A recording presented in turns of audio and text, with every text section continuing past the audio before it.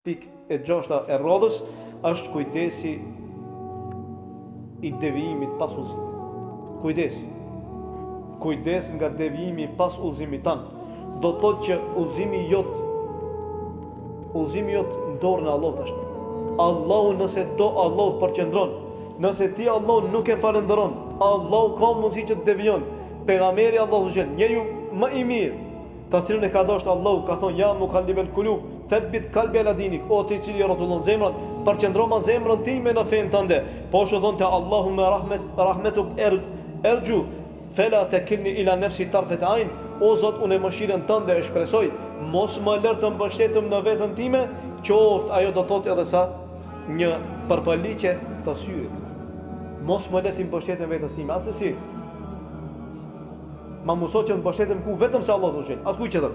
Prandaj thonte pejgamberi Allah, Allahumma arini al-haqqa haqqan warzuqna ittiba. O Zot, na mundso ta shohmi, na furnizo me të vërtetën dhe na mundso do thotë që ne ta pasojmë atë wa arini al-batila dhe ma mëso të keqen që ne t'i largojmë asaj dhe mos më bën që të prekim prej asaj.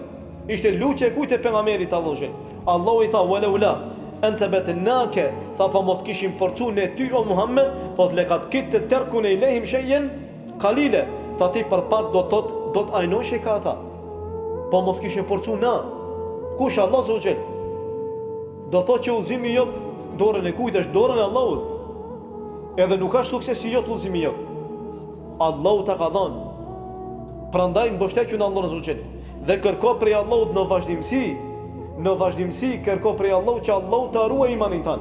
Pra e friga jote të cilën ti e ke brenda, ajo çon që të bësh luçje. Friga jote. Nëse nuk ke frikë, atëherë është problem, nuk bën as luçje asnjëherë. Mendo se je më I miri, mendo se je domethën më I udhëzuari. Asnjëherë kur nuk bën luçje tek Allahu që Allahu ta ruaj imanin tan, ose Allahu të ruaj nga shirku. E kështu me radhë. Edhe pse sahabët kanë bërë, pejgamberi Allahut ka bërë luçje, edhe ka lutur Allahun në vazhdimsi që Allahu ta ruajë do thotë nga devijimi pas